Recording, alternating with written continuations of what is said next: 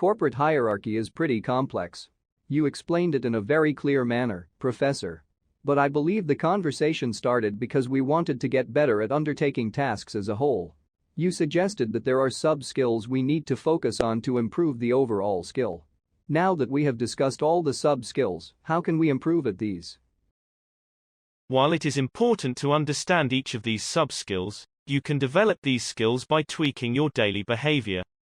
Since most of these skills overlap, often a slight change in behavior and habit can help you get better at these skills and the ability to undertake tasks as a whole. Improve comprehension by simplifying complex tasks. You can break down complex tasks into simple segments, and utilize instructions for each independent segment. You can take your time in absorbing and retaining information and process it at their own pace. When given simple instructions and achievable goals reviewed over a short period, people can perform better. The skill highlighted here would be the ability to break down complex tasks into simpler ones. Ask repeated questions and queries to ensure clarity. For example, if you are asked to make a presentation on an improved sales plan of a company, break the activity into certain steps.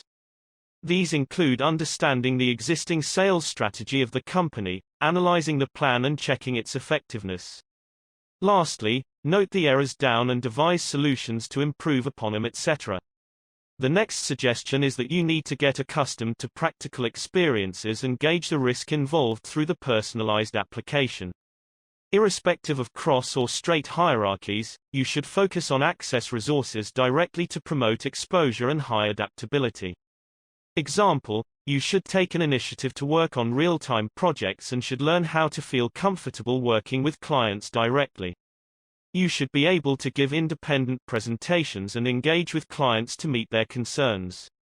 You should focus on understanding the requisite skills required to achieve the task. For instance, for product development, skills such as market research, scientific aptitude, marketing knowledge are required, and a team composed of the people skilled in these will be successful in the long run. Try to innovate with existing products and processes. Get a hang of existing processes and mechanisms that operate in the organization. You need to be well versed with the technology the organization uses and learn to work with it. It is also important to focus on employee autonomy and initiative. Take an initiative to make independent decisions, especially with regard to how you pursue completion of a task.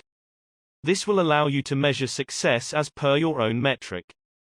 We have a certain idea of how this skill manifests in the society, but how can we use these and apply them in real-life situations?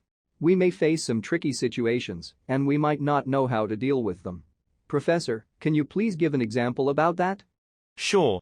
This would help us gauge practical difficulties in the process of applying the skill, which may arise due to the nature of the organization and environmental factors as well. This skill is applied in all conventional contexts in all types of organizations, be it MNCs, startups, NGOs, social enterprises, etc.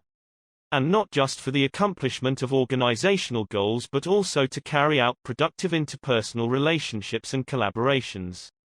For instance, if you wish to accomplish a sales target individually, you would have to formulate an aggressive pitch and use your networking skills independently. But if you are heading a team of sales professionals who ought to accomplish a target together, you would have to capitalize on the strengths of your team members independently, and that would require a different operational approach. However, these steps are applicable across operational roles. Irrespective of whichever organization you are a part of and across all potential tasks, whether technical or non-technical, your ability to not perform tasks well is reflected in certain ways. You may end up unconsciously portraying the severe lack of these skills through your performance, and that may reflect poorly on you as an individual. The questions from this section are as follows.